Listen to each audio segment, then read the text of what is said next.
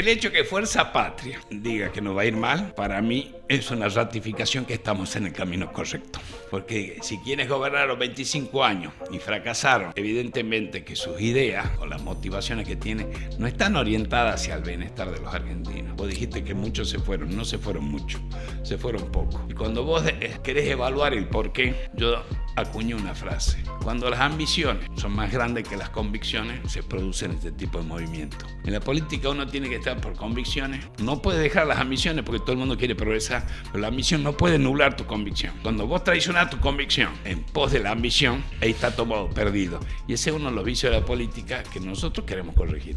Hola, ¿cómo andan? Sean bienvenidos a una nueva entrevista aquí en Política Analizada. Mi nombre es Julián Galeano y hoy tenemos el placer de recibir al diputado nacional por la Libertad Avanza, Carlos Zapata. Carlos, bienvenido, un gusto. El gusto es mío. Muchísimas gracias por la invitación. Realmente es un placer estar acá con ustedes y a disposición para lo que quieran preguntar. Bien. Porque si yo no sé, vamos a ir a verlo juntos, ¿no? Tal cual, algo vamos a hablar. Sí. A disposición para lo que diga el presidente. El presidente dijo que se viene un diciembre caliente, un diciembre de enero. ¿Vas a estar acá en Capital? Sí, por supuesto yo trato de repartir mi tiempo útil con mis nietas, con mis hijos, los fines de semana y de lunes a viernes estamos full time a disposición del presidente. Y como diría Herminio Iglesias, no sé si ustedes recuerdan el nombre, vamos a trabajar las 24 horas del día y si es necesario de noche también. Muy bien. Vamos a hablar un poco, te quiero preguntar sobre las reformas que se vienen, las discusiones que hay internamente, los nuevos proyectos que se vendrán con la nueva Cámara. Pero primero quiero que nos hables de Salta. Bien. Viste que en Argentina hablamos primero de lo que pasa en Capital Federal, después se habla del conurbano, por ahí Bahía Blanca aparece, por ahí el narcotráfico en Santa Fe, pero hay provincias que las desconocemos o no están en agenda pública. Háblanos de Salta. ¿Qué pasa en Salta que no está en los medios? ¿Qué no conocemos de Salta en términos políticos? Bien, el tema de la centralidad, la macrocefalia, como le diríamos nosotros, de la zona capitalina, la zona núcleo, Buenos Aires, tiene distintos orígenes. Básicamente, primero en la etapa de la organización nacional, que era el puerto, por ahí entraba todo, y después por una decisión que si uno la ve a lo largo de lo que pasó en la historia, no fue demasiado acertada, de instalar como el asiento de las autoridades nacionales de Buenos Aires. Ya encontramos en los discursos sobre la República de Cicerón la inconveniencia de elegir como capital del imperio en aquel momento una ciudad costera. Cicerón en su argumentación, en su discurso, menciona de que no es conveniente porque pierde identidad, está como de espaldas al imperio, se extranjeriza mucho por la presencia, se mira hacia afuera porque el comercio, las novedades vienen de afuera, entonces hay como cierta enajenación o división con respecto del resto del imperio. Claro. Creo que un proceso parecido sucedió en Buenos Aires, a eso sumado de que la zona productiva más beneficiada del país, el movimiento de la riqueza, y la zona norte, que si bien durante la época de la colonia hizo un gran aporte a todo lo que era el virreinato, después la organización nacional, con el cuidado y la fijación de la frontera norte del país, la lucha para evitar las invasiones realistas, fue retrasándose en materia de desarrollo y disminuyendo su aporte relativo. Por la baja de la población, entonces el comercio no era tan importante, existían vías alternativas para comerciar con el resto de América Latina, pero después tuvo un renacer con la explotación de hidrocarburos. En el norte de la provincia de Salta estaban los pozos productivos de gas y de petróleo muy importantes, que se fueron agotando y las cuencas fueron madurando, y en el momento en que desde el gobierno de Kirchner quisieron congelar o controlar el precio en boca de pozo, desapareció el incentivo de las empresas petroleras privadas de hacer nuevas exploraciones. ¿Y por qué? Porque todo el dinero que viene del precio del combustible o la venta del crudo, que está destinado a hacer la reserva para nuevas exploraciones, porque el precio tiene que no solo la perforación y la extracción, sino también la reserva para hacer nuevas exploraciones, prospecciones, bueno, desaparece, porque empieza a dejar de ser rentable, no se recupera ese dinero y después, bueno, apareció vaca muerta, una nueva modalidad de producir hidrocarburos, pero también una serie de incentivos dados desde el Poder Ejecutivo Nacional, desde la Nación, que nos ha colocado en una situación de baja competitividad. Claro. Salta es una provincia que tiene todo tipo de riqueza, tiene una buena zona para producción agropecuaria, producción ganadera, tiene muchos bosques nativos que por las restricciones ambientales no están siendo utilizados en forma benéfica para el ambiente y también para la gente que vive en la zona. Tenemos producción minera, hay hidrocarburos. Si se rehabilitan las cuencas maduras, o sea, hacen nuevas prospecciones, vamos a encontrar hidrocarburos. Tenemos una zona de producción de energía eléctrica con el dique Cabra Corral. Y bueno, en sí hay un combo importante. ¿Qué es lo que pasa con las provincias a partir de la aparición de los gobiernos populistas y la centralidad? Estas provincias que necesitan un poco más de esfuerzo para desarrollarse y ponerse a la altura de competitividad con respecto a las provincias del centro, los gobernantes optaron por la cómoda. ¿Y cuál es la cómoda? La ley de coparticipación les permite obtener a los gobiernos, a las administraciones locales, recursos que no cuestan esfuerzo, no le cuesta ni esfuerzo político, ni de trabajo recaudarlo, porque recauda la Administración Nacional, y reciben una proporción, quizás es mayor muchas veces a la contribución, no hablo solo de Salta, sino todo, La Rioja, sí, Catamarca y Jujuy, que excede a su nivel de contribución a la producción o Producto Bruto Nacional.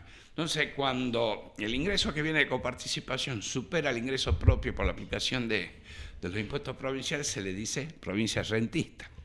Y cuando hay un mayor desequilibrio, o sea que hay cada vez más recursos de la nación, existe como un desaliento por parte de los gobiernos locales de buscar cumplir con los fines de la coparticipación. Porque no lo necesitas. Claro, la coparticipación se crea con una finalidad. Al momento la Organización Nacional ya desde el Virreinato venía con desarrollo. Cada área del país, cada área geográfica, tenía una fuente de ingresos y tenían distintos niveles de desarrollo y de erradicación de la población. Entonces se crea la ley de coparticipación. ¿Para qué? Para buscar un desarrollo equilibrado y armónico en todo el país. Tal es así que creo que la ley 2221, espero no equivocarme el número, que establece 3 parámetros para distribuir el dinero, el producido de la recaudación, que son la población, el lugar donde se producen los ingresos y otra cuestión que se llamaba brecha de desarrollo, que era el nivel de atraso con respecto a los centros urbanos más desarrollados. Entonces, con eso le manda más plata al que está más rezagado en su desarrollo para tratar que haya un crecimiento similar. Las provincias, a partir de los populismos, en vez de utilizar esto al verdadero fin de la existencia de la coparticipación, encontraron en esta renta que les viene y que les llega sin mucho esfuerzo, un vehículo como para consolidar poder o armar una estructura de poder para permanecer en el tiempo y hasta pensar en que sine die. Claro. Entonces vos ves provincias como Formosa, que tiene un Gildo Infran, que tiene muy poca recaudación provincial, casi todo viene de la coparticipación. Lo mismo el caso de La Rioja, aunque La Rioja está empezando, bueno, con los desarrollos y las degradaciones, con la producción de la olivicultura, tiene un grado de desarrollo, pero se mantiene. Hay una constante, hay un atraso, muy baja calidad en la educación, clientelismo político y alto empleo público. Entonces, bien, si vos recibís todo el dinero de la coparticipación, que lo tendrías que invertir en ruta, infraestructura o incentivos, rebaja de impuestos para erradicación de nuevas actividades o emprendimientos, lo dedicas al empleo público, permaneces en el atraso, genera la estructura clientelar que te va a votar a fuerza política, porque si no pierdo la ayuda del Estado. Entonces, como que estás preparando el pavo para la noche de Navidad, ¿no es cierto? Tal cual. Lo alimentás, lo engordás, pero sabe que tiene un destino negro en su vida. Bueno, ese es el motivo del atraso y también el hecho de que con el transcurso del tiempo, desde el norte había muchos líderes muy importantes que se empoderaron, no solo en el campo militar, con la guerra gaucha, en la guerra de la independencia, sino también hubo desarrollos empresariales muy importantes, como el ingenio Ledesma en Jujuy, el ingenio Tabacal, y produjeron grandes dirigentes en el campo de la economía y también políticos, porque Robustiano Patrón Costa vino acá a Buenos Aires, era senador y creo que llegó a ser presidente provisional del Senado. Entonces, en esa lógica, nosotros nos vamos retrasando, nos vamos achicando.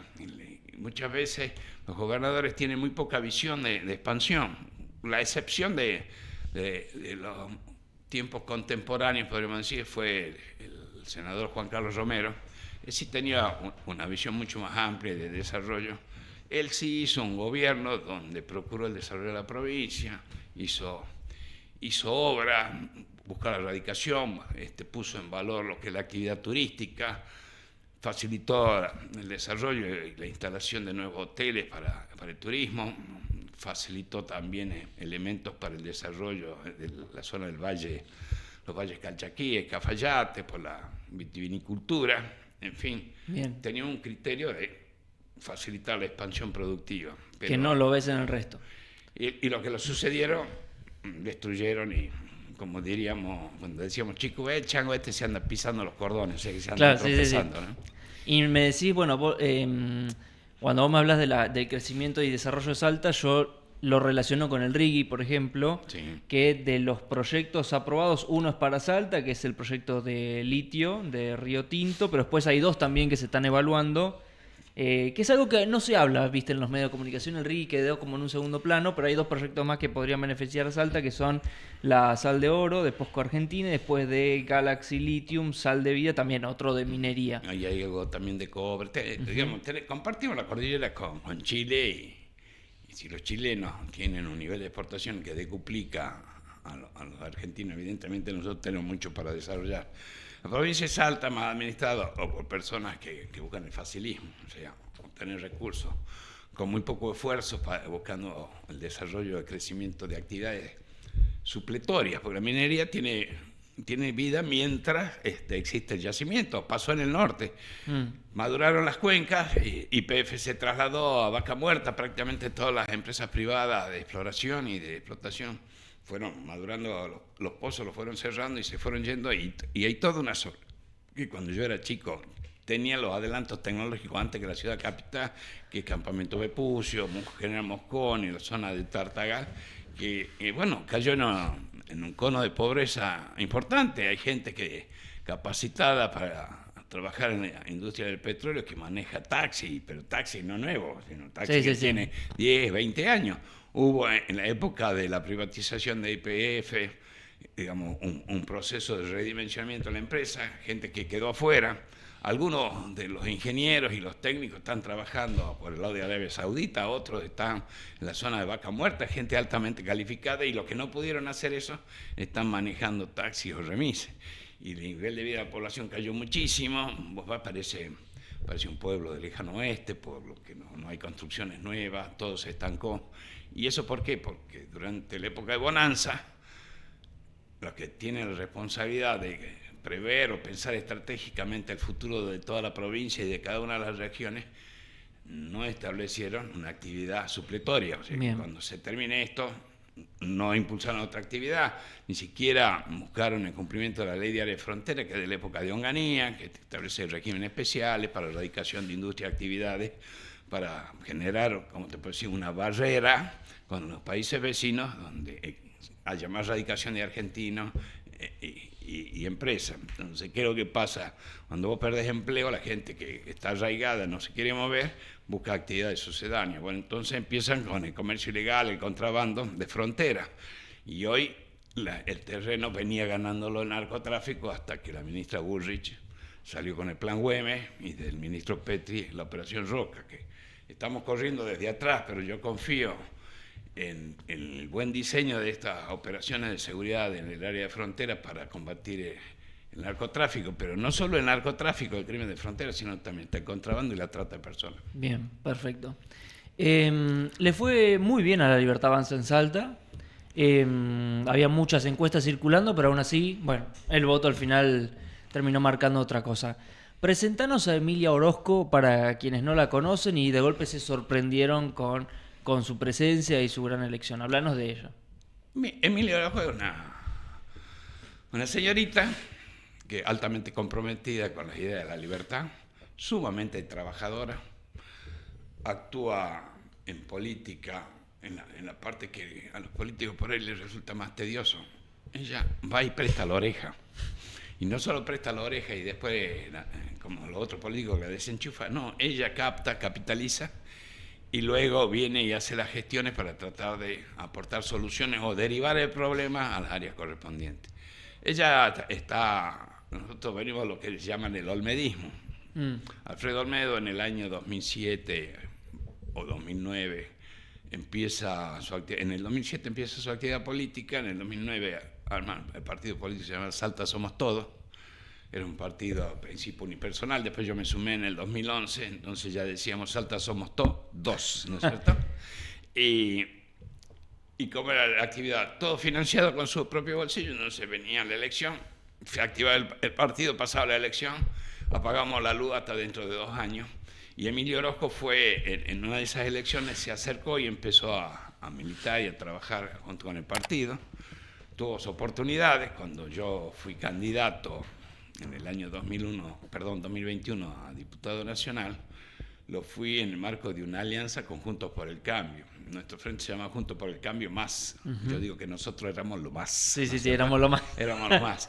Y la propuesta en la PASO era Zapata-Orozco y te digo que por muy poco nos duplicamos al segundo y Emilia ya hubiese sido también diputada nacional.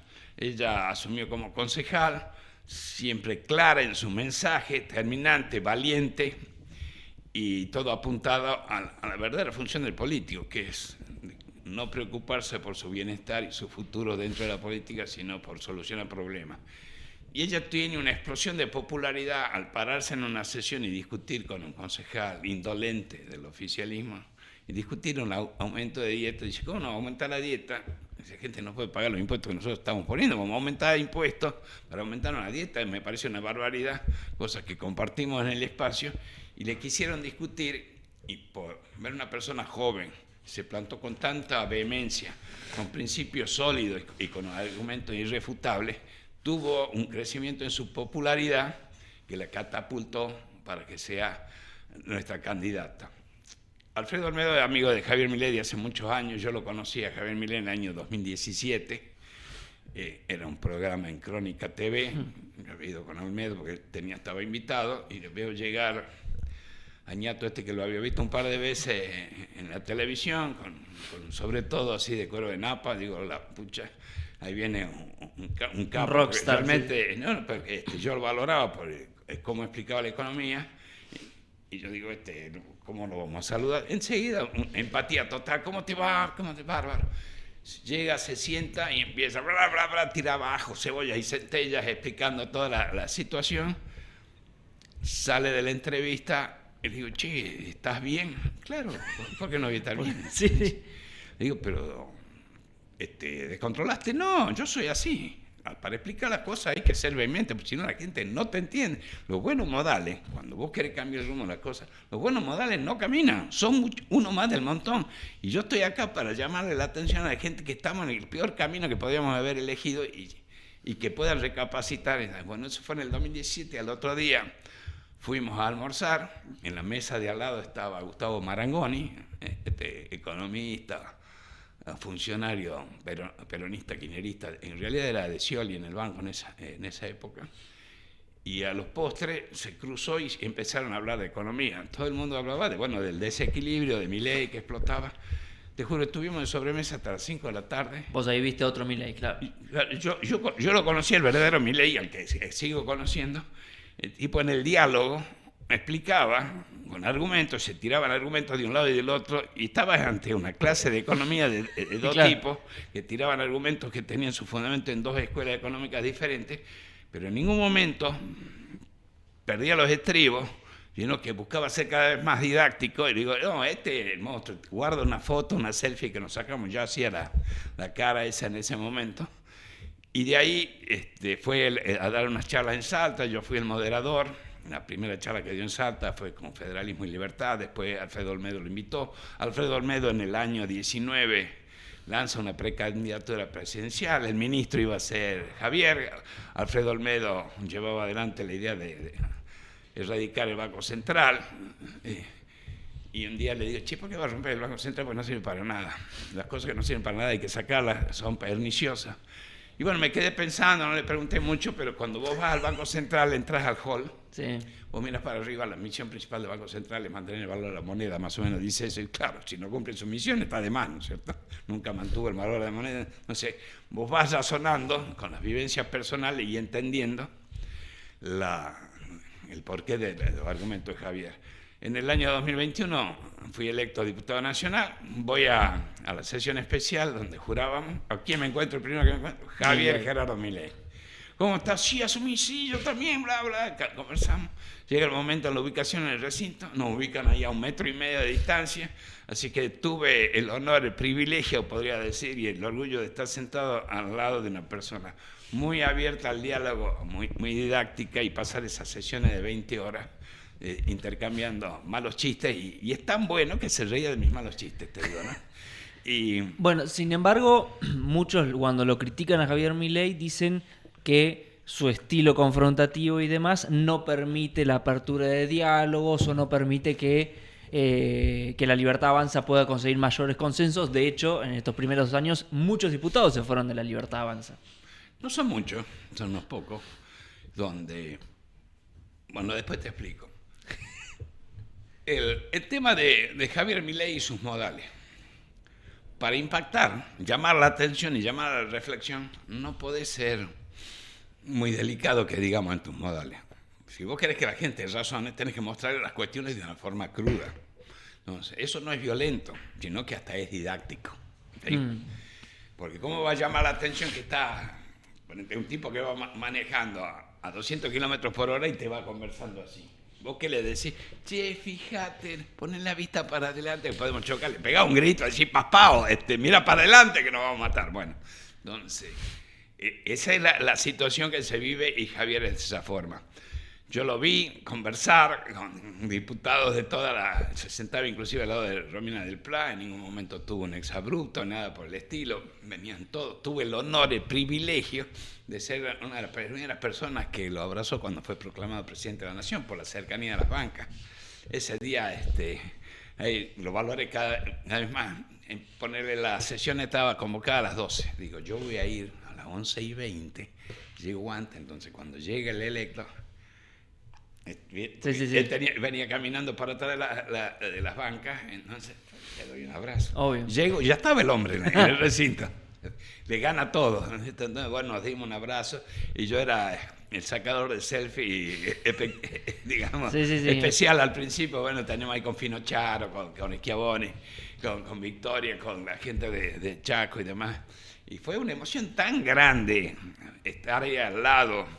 Y después que veo los videos, veo las fotos, y también el día donde se proclama los que iban a participar en la segunda vuelta, hay una foto que, claro, vos lo ves a Javier, está de pie, apoyado contra la pared de mármol, y arriba, en una posición sobradora, ¿no es cierto?, y de emperador, está Massa. Una foto veo histórica, un tipo sencillo, veo un tipo sencillo con la puesta clara, y arriba está el que se sentía ganador. Y después, bueno, tuvieron que sacar del medio, ¿no es cierto? Tuvieron que sacar del medio. Y de ahí para acá, bueno, los contactos han sido pocos, pero cada vez que nos hemos encontrado, el saludo siempre ha sido afectuoso. Y te digo, nosotros estamos dispuestos a darlo todo para sostener esto. Yo tengo 68 años.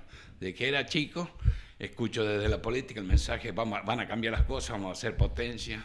Calcula que yo viví la época de Frondizi, la época de Ilía, las dictaduras militares, la vuelta al poder con Cámpora, con Perón, con Isabel, el proceso militar, Alfonsín, y todos te prometían una cosa y iban para el otro lado. Javier prometió una cosa y la está cumpliendo. Y cuando vos ves que lo acusan de dogmático, o sea que se ciñe a una idea y no analiza o no lo relaciona con la realidad, se equivocan, porque él toma sus decisiones y elige el rumbo inmerso en una realidad.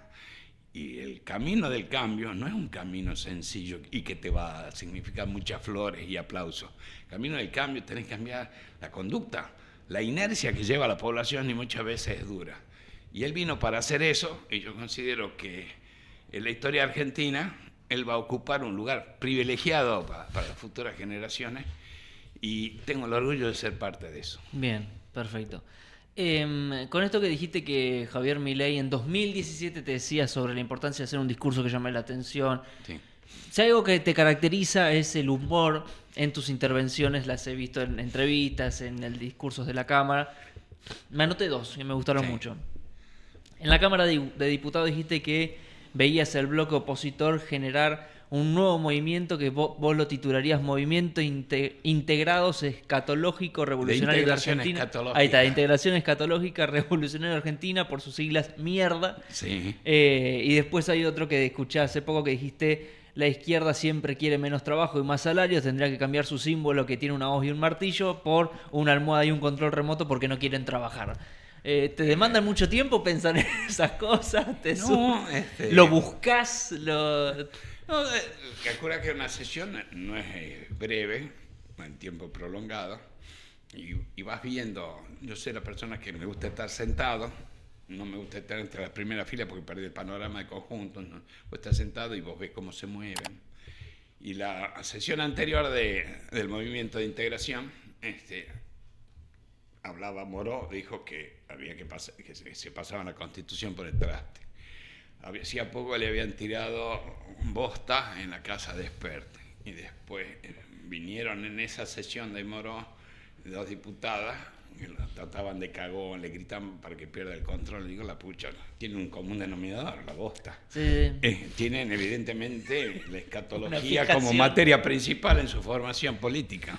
Entonces se me ocurrió hacer el juego del acrónimo, ¿no es cierto?, con las iniciales, y tenía que darle un final. Entonces, y bueno, y esta gente que integra el movimiento de mierda quiere volver a gobernar, y digo acá que voy a hacer lo imposible para no volver a tener un gobierno de mierda. Entonces era demasiado depresivo y clara a mi posicionamiento. No, quedó clarísimo, quedó clarísimo. Pero digo, Pero no me excedí sobre la realidad, no hay ninguna, digamos, fábula en mi expresión. Y bueno, la izquierda siempre te hace lo mismo. Vos estás hablando, hablan, parece lechuza. Y hay una diputada que interrumpe constantemente, parece comadreja de gallinero, como anda jorobando. Entonces, bueno, antes que tratarlo duramente y en forma descortés, una ironía liviana, no agresiva, puede ponerlo en su lugar. Yo tengo varias, ¿no es cierto? A mí la que me acuerdo que lo dejamos así con la cara como vaca, que lo pitió el tren, ¿ha visto? Con los ojos así. Estábamos discutiendo ficha limpia. Y dije, ¿ustedes no quieren problemas con ficha limpia? No lloren. Y bueno, así abrieron los ojos. Entonces, pero es una realidad. Sí. Pero siempre trato, cuando es muy breve el tiempo que uno puede hacer uso de la palabra, de plantear la idea, llevar la idea hacia un término, digamos, extremo, ¿no es cierto?, que es lo que pasaría si no se hace lo que nosotros sostenemos, y terminar y tener un remate para que se acuerden de mi intervención y la intención. Yo soy hijo de periodista y de chico yo iba a ser periodista, porque todos los chicos quieren ser igual que su papá. Y vivíamos en Campo Quijano, un pueblo que está a 27 kilómetros de la ciudad. Yo nací en el año 57, que en el año 60 demoraba 2 horas para hacer 27 kilómetros en un colectivo, era camino de tierra, y había una máquina de escribir. Cuando yo aprendí a escribir en la escuela, escribía noticias, ¿no es cierto? Teníamos un gallinero, y a veces la gallina se come el huevo, porque le falta calcio. Sí. Entonces yo escribía la noticia. Y yo veía que mi papá ponía ANSA o UPI, así entre paréntesis, yo no sabía qué era, pero después, bueno, son las agencias internacionales de noticias, una prensa internacional, hay prensa argentina, un DPA. Sí. Entonces yo ponía UPI, Salta, una gallina, no sé, ya tenía vocación informadora en aquel momento.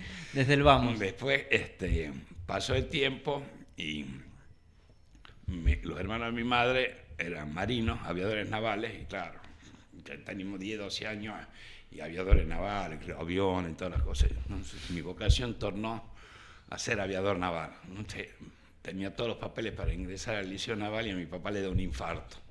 Y calcula que en esa época un infarto te curaban por secreto, ¿no es cierto? Lo acostaban 2 meses, tipo comía pollo hervido, papa y zapallo, y tomaba una pastilla de nitroglicerina. Yo digo, ahora pienso cómo no ha explotado el viejo, ¿no es cierto? Y entonces mi padre dijo, no, ustedes tienen que estudiar algo que tenga salida laboral, porque si no, tengo una hermana mujer y tu mamá y tu hermana se van a morir en la miseria. Entonces hizo estudiar perito mercantil. Cuando estudié perito mercantil, no tengo afición por la matemática y por la física en esa época. Me hacen el test de orientación vocacional y yo tenía que ser físico nuclear y quería hacerlo. La Universidad Nacional de Salta todavía estaba apenas creándose, o sea que no estaba totalmente acreditada, no tenía una carrera con 3 años para validada a nivel nacional. Entonces yo tenía que ir a estudiar 3 años de ingeniería en Tucumán para aspirar a ingresar al Balseiro. Y cuando vi lo que costaba, le preguntó a mi papá, no te puedo dar eso, te puedo dar tanto. Y le pregunto al muchacho, ¿qué hago con esto? Y bueno, paga la pensión y listo. O sea, claro, que tenía que comer la sobra de otro. Me di vuelta y le pregunté a mi hermano que está estudiando contador y soy contador. Pero no me disgustó, me recibí, fui el primer abanderado de la Universidad de Salta, me recibí con mención de honor por el más alto promedio, ejercí la docencia, área contable como 17 años, di clase acá en la UBA, en la cátedra de Mario Biondi, y como me gusta mucho la matemática, tenía mucha facilidad para entender el cálculo financiero, entonces asesoraba en materia de endeudamiento, refinanciación y demás. Y hubo una época donde hubo un mecanismo de ajuste de deuda que se llamaba la RF 1050, que era el reajuste de las deudas en base a la evolución de la tasa de interés, que no tenía nada que ver con el costo del capital, sino nada más que con una decisión política de una entidad regulatoria, y casi todas las empresas se iban al tacho. Muy pocos bancos tenían sistemas computarizados complejos para hacer el cálculo de deuda y todo era a mano. Entonces yo me dediqué a recalcular deuda y a discutir los fundamentos de la exigibilidad de la deuda, y ahí me gané el mote de Paloma de Plaza. Paloma de Plaza. Sí, porque cagaba a todos los bancos, ¿me entendés? No sé, ahí me gané un buen tiempo en la vida y después me llevó a la vida a ser interventor en la gerencia de auditoría en un banco, fui gerente general en la Cámara de Tabaco de Salta, fui gerente financiero en la cooperativa, en la parte comercial. Murió mi suegro, mi señora heredó un campo, nos dedicamos a la producción. Yo digo que soy productor consorte porque ella era dueña del campo. También digo que cuando murió mi suegro nosotros somos los que pasamos mejor vida. Claro.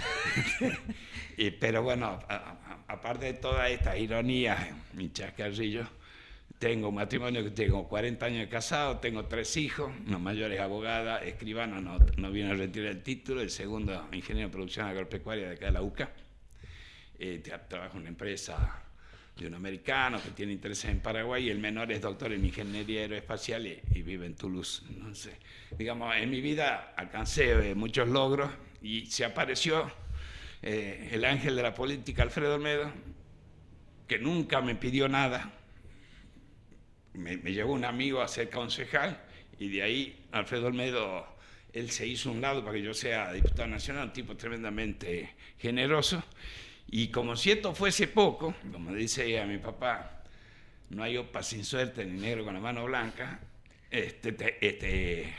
Alfredo, amigo de Javier, y nosotros apoyando la presidencia de Javier Milei y ahora ocupando este lugar en el Congreso de la Nación, me considero que tengo que poner todo mi esfuerzo para que tenga éxito y aportar un granito de arena a la mejora en el futuro de los argentinos. Bien, perfecto. Carlos, para cerrar, se viene un diciembre muy caliente, se viene un diciembre con muchos, diciembre-enero va a estar muy intenso. Escuché desde el bloque de Fuerza Patria decir a diputados y senadores que una reforma laboral no genera más trabajo, como ya diciendo que no le ven el sentido a una reforma laboral, lo mismo con la previsional, como que hay mucho escepticismo con la idea de discutir y profundizar esas discusiones. ¿Cómo estás viendo las discusiones que se vienen? ¿Crees que se logrará algún consenso? ¿Cuál es la estrategia de la Libertad Avanza para las próximas semanas?